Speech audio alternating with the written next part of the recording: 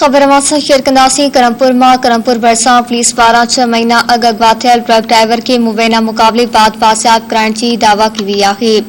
Police मौजिब Kashmir वासी सादिक लाशारी के 6 महीना अग धाड़ेल ट्रक मां लाही अगवा करे विया हुआ। पुलिस ॿुधायो त धाड़ेल मुखी के हिक हंध खां ॿिए हंध मुंतकिल करे रहिया हुआ त ॻुझे इतला ते कार्रवाई करे मुखी के बासियाब करायो वियो। मुखी जी बासियाब थियण खां पोइ संदसि घर में ख़ुशी पखिड़जी वई आहे।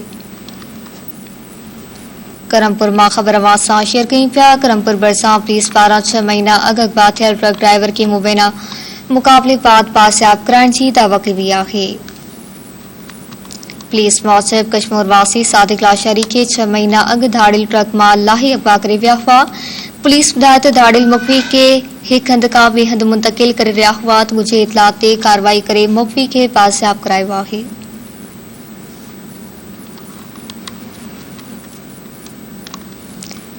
खबर करमपुर मां शेयर कई पिया। करमपुर भरसा पुलिस पारां 6 महीना अग अगवा थियल ट्रक ड्राइवर के मुबैना मुकाबले बाद बासियाब करण जी दावा की हुई है।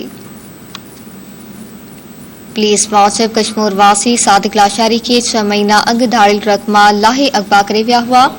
पुलिस ॿुधायो त धाड़िल मुखी के हिक हंध खां ॿिए हंध मुंतकिल करे रहिया हुआ त ॻुझे इतला ते कार्रवाई करे मुखी के बासियाब करायो वियो। करमपुर मन जा वधीक तफ़सील मालूम कंदासीं अमित कुमार खां। जी अमित, आगाह कजो। जी करमपुर भरसा इंडस हाईवे ता 6 महीना अगवा थियल ट्रक ड्राइवर सादिक लाशारी बाज़ार थी वियो आहे। कश्मीर वासी सादिक लाशारी के 6 महीना अग धाड़ेलन ट्रक मां लाइ अगवा कयो हो। मगबी के राजूनी कोशिश जरिए बाज़ाब करवायो आहे। ज़रिया जॾहिं नापरकोट पुलिस पारां कचे में कार्रवाई करे मगरी के मुकाबले में बाजार करण की दावा कई है। पुलिस मौजूद धाड़ेल मगरी के एक हंध खां ॿिए हंध शिफ्ट करण की मिलियल कुछ इतला ते पहुंची कार्रवाई कई। मुकाबलो थी पियो। मुकाबले दौरान मगरी के बाजार करायो आहे। इलाइके में मगरी की बाजाबी 8 लाख रुपया फंड भरण थियण जा चोबल पूर्ण आहिनि। जी मेहरबानी अमित कुमार तफ़सील ॾियण जे लाइ।